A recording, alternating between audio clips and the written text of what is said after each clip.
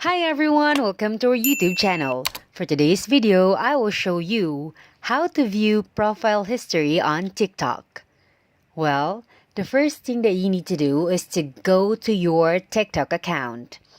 And then, go to profile and click the three horizontal lines on the top right corner. And then the next thing that you need to do is to click the settings and privacy.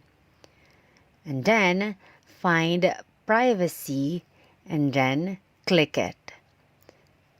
After that, search or find the profile views and then turn it on.